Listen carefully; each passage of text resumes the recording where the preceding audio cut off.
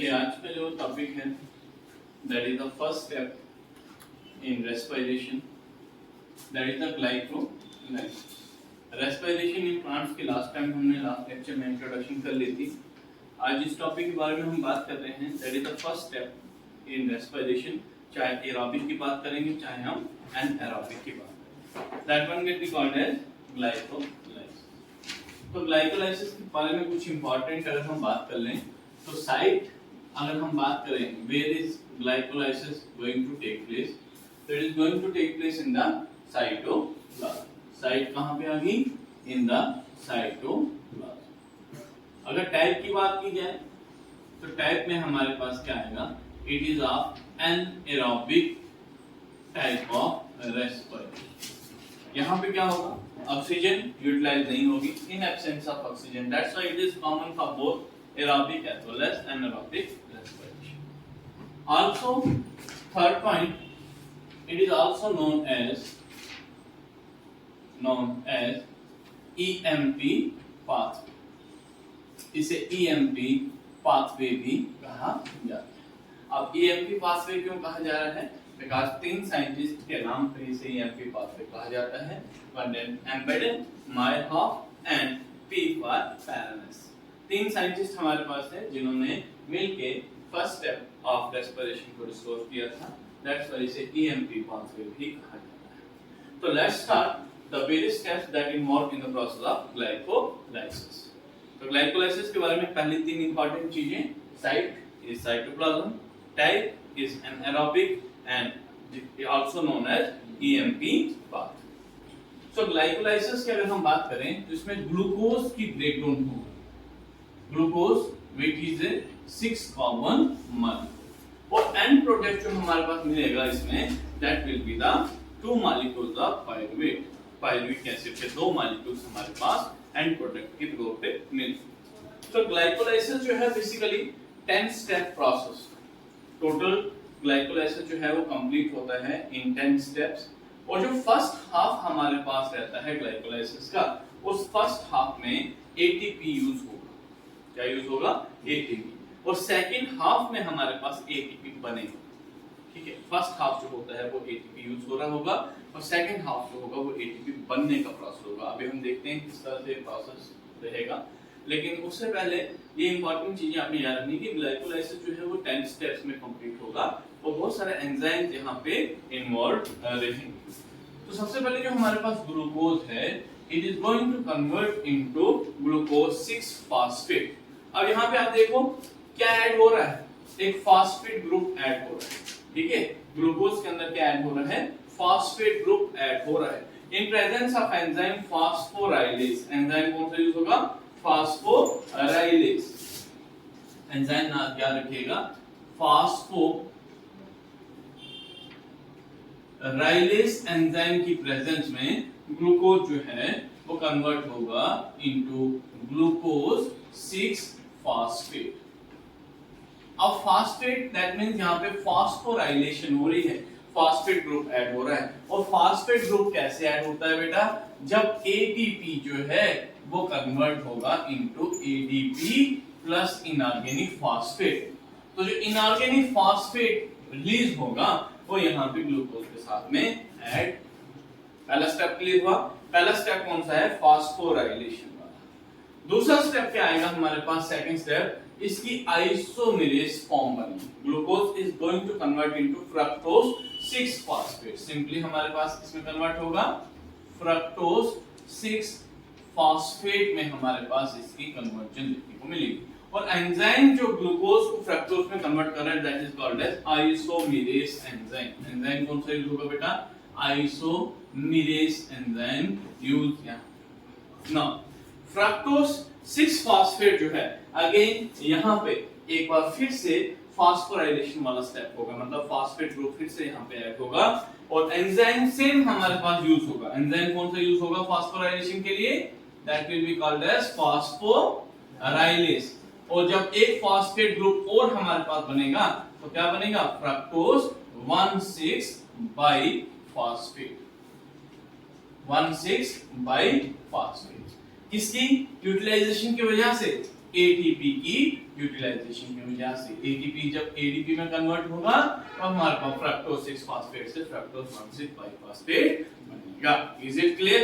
Enzyme same हमारे पास use हो रहा है जो पहले वाले स्टेप में यूज हुआ था, that one is called as phosphorylase enzyme हमारे पास है। Is it clear? नाउ ये फ्रक्टोज 6,1,6 बाइफॉस्फेट जो है ये एल्डोलेज एंजाइम की प्रेजेंस में अब 3 कार्बन मॉलिक्यूल में सेपरेट होगा। अभी तक जितने भी मॉलिक्यूल्स हमारे पास बन रहे हैं कार्बन के, दे आर 6 कार्बन मॉलिक्यूल, लेकिन अब फ्रक्टोज 1,6 बाइफॉस्फेट जो है वो 2 मॉलिक्यूल में सेपरेट होगा in presence of enzyme aldolase. किसकी प्रेजेंस में? एल्डोलेज एंजाइम की प्रेजेंस। पहला जो हमारे पास मॉलिक्यूल बनेगा that will be dihydroxy acetone phosphate. First one which is going to form that is dihydroxy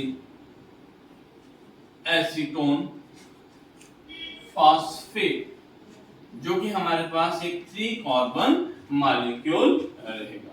second one जो बनेगा that is called as glyceraldehyde 3 phosphate.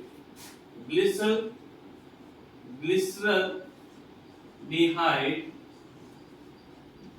3 phosphate हमारे पास यहां पे बनेगा। It is also a 3 carbon molecule. And one more important thing आपने याद रखना है कि यहाँ के बाद का जो प्रोसेस है वो कौन स्टार्ट करेगा? That will start with the glyceraldehyde 3 phosphate। और जो ये हमारे पास डाइहाइड्रोक्सी एसीटोन फास्फेट बना है ये भी हमारे पास ग्लूकोज से पायरुविक एसिड बनाएगा, लेकिन ये डाइहाइड्रोक्सी एसीटोन फास्फेट पहले किसमें कन्वर्ट होगा? इनटू द ग्लिसरल्डिहाइड 3 फास्फेट में convert with the help of enzyme isomerase। is it clear? इसकी कन्वर्जन किसमें होगी? ग्लिसरल्डिहाइड 3 फास्फेट में होगी, और 3 फास्फेट ग्लिसरल्डिहाइड 3 फास्फेट जो है आगे के ग्लाइकोलाइसिस के स्टेप को कैरी करेगा। तो यहां तक जो पोर्शन आपको हाफ में दिख रहा है, इस पोर्शन में क्या हो रहा है कि ग्लूकोज जो है उसमें फास्फोरेट ग्रुप जो हमारे पास ऐड होता जा रहा है, मतलब फास्फोराइलेशन हो रही है। कैसे हो रही है? हर एक स्टेप में क्या हो रहा है? एटीपी यूज हो रहा है। तो फर्स्ट हाफ जो आ रहा है ग्लाइकोलाइसिस का उसमें क्या बनेंगे बेटा? एटीपी हमारे पास यूज होंगे। अब जो सेकंड हाफ हमारे पास आएगा उसमें हमारे पास क्या आएगा? उसमें हमारे पास एटीपी बनेंगे। उसमें क्या बनेंगे? एटीपी की फॉर्मेशन हमारे पास होगी। तो सेकंड हाफ हम यहां से स्टार्ट कर लेते हैं with the glyceraldehyde 3 phosphate. Glyceraldehyde 3 phosphate कितने कार्बन मॉलिक्यूल है बेटे? ये it is a 3 carbon molecule. Now this glyceraldehyde 3 phosphate, यहां पे आप देखो इनऑर्गेनिक फास्फेट अब क्या होगा? ऐड होगा। एक इनऑर्गेनिक फास्फेट ऐड होगा और ऑक्सीडेशन स्टेप का नाम, ऑक्सीडेशन क्या आएगा हमारे पास? स्टेप का नाम रहेगा। और अगेन यहाँ पे क्या होगा? अब यहाँ पे NAD यूज होगा और NADPH हमारे पास बनेगा। ठीक है, NADH प्लस H पॉजिटिव यहाँ पे बनेगा, और साथ ही साथ हमारे पास इनऑर्गेनिक फास्फेट यहाँ पे क्या होगा? यूटिलाइज। इस स्टेप को कहेंगे ऑक्सीडेशन स्टेप। ये प्रोसेस बेसिकली क्या हो रहा है? यहाँ पे ऑक्सीडेशन वाला स्टेप हमारे पास आ रहा है। जब NAD और NAD की प्रेजेंस में NADPH और इनऑर्गेनिक फास्फेट हमारे पास ऐड हो रहा है, तो दिस ग्लिसरल्डिहाइड 3 फास्फेट, इसमें एक फास्फेट ग्रुप ऐड होने की वजह से इसे हम 1,3 बाइफॉस्फोग्लिसरेट अब कहते हैं, क्योंकि एक फास्फेट ग्रुप इसमें क्या हो रहा है? ऐड हो रहा है। तो इसे हम क्या कहेंगे? That is 1,3 बाइफॉस्फोग्लिसरेट। इस कंपाउंड को अब हम कहते हैं। Is it clear? अब यहां पे नेक्स्ट स्टेप में क्या होगा? पहले स्टेप में फास्फोराइलेशन हो रही थी, अब डीफॉस्फोराइलेशन होगी। यहां पे जब फर्स्ट हाफ में अगर आप देखो तो एटीपी से एडीपी बनता था, अब यहां पे क्या बनेगा? एडीपी से एटीपी बनेगा। क्या बनेगा? एडीपी से एटीपी बनता है। और जब एडीपी से एटीपी बनता है तो उस कंडीशन में क्या यूटिलाइज होता है बेटा? Inorganic phosphate. मींस यहां से एक इनऑर्गेनिक फास्फेट जो होगा वो रिमूव हो जाएगा, तो पीछे जो हमारे पास प्रोडक्ट बनेगा that will be called as 3 phosphoglyceric acid. उसे क्या कहेंगे हम? 3 फास्फोग्लिसरिक एसिड हम लोग करते हैं। तो यहाँ पे देखो एटीपी फॉर्मेशन हो रही है और NADPH2 की भी फॉर्मेशन हमारे पास हो रही है। नाउ 3 फास्फोग्लिसरिक एसिड जो है वो हमारे पास 2 फास्फोग्लिसरेट में कन्वर्ट हो रहा है। नाउ नेक्स्ट स्टेप में क्या आएगा, it is going to convert into 2 phosphoglycerate. देखो जैसे जैसे आप नीचे आ रहा है तो नंबर जो है वो कम होता जा रहा है, 3 से क्या आ रहा है 2 फास्फोग्लिसरेट आ रहा है। और यहाँ पे म्यूटेस एंजाइम फास्फोग्लिसरेट म्यूटेस एंजाइम जो होगा वो यूटिलाइज होगा। सिंपली आप म्यूटेस एंजाइम जो है वो भी लिख सकते हो, जो हमारे पास क्या करेगा, इस फास्फोग्लिसरिक एसिड 3 फास्फोग्लिसरिक एसिड को 2 फास्फोग्लिसरिक एसिड में कन्वर्ट करेगा। नाउ दिस फास्फोग्लिसरेट, अब यहां से हमारे पास एक वाटर मॉलिक्यूल जब रिलीज हो जाता है तो 2 फास्फोग्लिसरेट हमारे पास कन्वर्ट होगा 2 फास्फोइनोल पाइरुवेट में। It is now going to convert into 2 phosphoenol pyruvate हमारे पास बनेगा। And this 2 phosphoenol pyruvate at the end हमारे पास क्या बनेगा, 2 मॉलिक्यूल्स ऑफ पाइरुविक एसिड। यहाँ पे इनोल पाइरुवेट एक और फास्फेट ग्रुप यहाँ से रिमूव हो जाएगा। कैसे, यहाँ पे अगेन हमारे पास क्या होगा, ADP से क्या बनेगा बेटा, ATP बनेगा। एंड ड्यूरिंग दैट फॉर्मेशन हमारे पास एट द एंड क्या मिलेगा, हमें 2 मॉलिक्यूल्स ऑफ पाइरुविक एसिड। कितने मॉलिक्यूल मिलेंगे पाइरुविक एसिड के, 2 मॉलिक्यूल्स पाइरुविक एसिड के मिलेंगे। तो ये फर्स्ट हाफ अगर आप देखो तो इस फर्स्ट हाफ में आपके ATP जो है वो यूज हो रहे हैं, और सेकंड हाफ में अगर आप देखो तो इसमें ATP की फॉर्मेशन हमारे पास हो रही है। फर्स्ट हाफ आपका फास्फोराइलेशन वाला आ रहा है जिसमें फॉस्फेट ग्रुप जो है वो ऐड हो रहा है, और इसमें step by step phosphate group की रिमूव हमारे पास हो रहा है, और धीरे-धीरे स्टेप डाउन करके ब्रेक डाउन हो रहा है and forming 2 molecules of pyruvic acid. Is it clear, is it clear. अब टोटल ग्लाइकोलाइसिस में देखते हैं हम कितने ATP बनते हैं और कितने ATP यूज्ड होते हैं। टोटल ATP यूज्ड, तो टोटल अगर ATP की हम बात करें कितने बन रहे हैं, कितने यूज हो रहे हैं, या सबसे पहले बात करते हैं कितने बन रहे हैं। तो बताइए कितने बन रहे हैं। यहाँ पे तो कोई भी नहीं बन रहा है, यहाँ पे कितने बन रहे हैं 1, एंड यहाँ पे कितने बन रहे हैं 2। कितने बन रहे हैं 2। तो नेट गेन अगर मैं बात करूं तो ATP gain is equal to कितने बने 2। लेकिन ये एक साइड की चेन है, ये वाला प्रोसेस जब कंप्लीट हो जाएगा then this dihydroxyacetone phosphate is again going to convert into this DHT phosphate, और फिर से पूरे स्टेप्स होंगे, मतलब फिर से दोबारा से 2 ATP बनेंगे। तो टोटल जो प्रोसेस होगा उसमें कितने ATP बनेंगे, अब 4 ATP बनेंगे, 4 ATP यहां पे हमारे पास बनेंगे। अब ATP यूज्ड कितने हो रहे हैं, ATP यूज कितने हो रहे हैं, कितने ATP यूज हुए, एक यहाँ पे यूज हुआ और एक यहाँ पे यूज हुआ। टोटल ATP कितने यूज हो रहे हैं हमारे पास, 2 ATP हमारे पास यूज हो रहे हैं, इज इक्वल टू 2 ATP जो हमारे पास यूज हो रहे हैं। तो नेट गेन अगर हम बताएं, नेट गेन अगर ATP इसका बताएं तो we have 2 ATP in gain. कितने हमारे पास यूज हुए उसमें से जब हम गेन वाले माइनस कर देंगे तो we have 2 ATP। Is it clear. लेकिन अगर ग्रॉस गेन की बात करें, ग्रॉस गेन मतलब ओवरऑल की बात करें, तो यहाँ पे देखो एक NADPH मॉलिक्यूल बन रहा है और दूसरे साइकिल में भी एक NADPH2 मॉलिक्यूल बनेगा। एक NADPH2 मॉलिक्यूल कितने बनाता है हमारे पास, 3 ATP बनाता है। तो 2 NADPH2 मॉलिक्यूल कितने बनाएंगे, 6 हमारे पास बनाएंगे।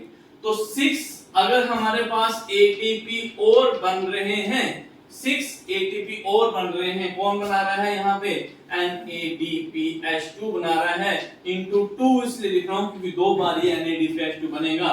तो यहाँ पे 6 + 2 = 8 ATP जो होंगे वो ग्रॉस हमारे पास ATP बनेंगे। It will be the gross ATP that is going to be form. तो ग्रॉस गेन कितना होगा हमारे पास, दैट विल बी 8 ATP। लेकिन नेट गेन की अगर बात करेंगे तो नेट गेन में हमारे पास 8 में से 6 निकाल दोगे, न बचेंगे पीछे 2 ही बचेंगे। तो नेट गेन हमारे पास आएगा 2 ATP एंड ग्रॉस ATP हमारे पास 6 ATP, 8 ATP। तो this complete cycle is called as the glycolysis, जिसमें हमारे पास ग्लूकोज की ब्रेकडाउन हो रही है और 2 मॉलिक्यूल्स ऑफ पायरुविक एसिड बन रहे हैं। टोटल जो स्टेप्स इन्वॉल्व हो रहे हैं दैट इज 10 स्टेप्स, और 10 स्टेप जो इन्वॉल्व हो रहे हैं वो एंजाइम्स के साथ में इन्वॉल्व हो रहे हैं और धीरे धीरे जो ग्लूकोज है वो हमारे पास एंजाइम की मदद से एंजाइम 2 पायरुविक एसिड में कन्वर्ट हो रहा है। Now this pyruvic acid is entering into the aerobic cycle और anaerobic cycle for further breakdown. Aerobic cycle में सिट्रिक एसिड साइकिल की हम बात करेंगे जहां पे कंप्लीट ऑक्सीडेशन होगी और एनारोबिक रेस्पिरेशन में हम फर्मेंटेशन या लैक्टिक एसिड फॉर्मेशन की बात करेंगे जो हमने इंट्रोडक्शन में भी की होगी। तो that is all for today lecture. इसको एक बार आप लोगों ने प्रैक्टिस कर लेना है, कॉपी पे एक बार नोट कर लेना है, ठीक है। कहीं पे कोई भी दिक्कत आएगी तो आप लोग इसको बता दें। चलिए, थैंक यू।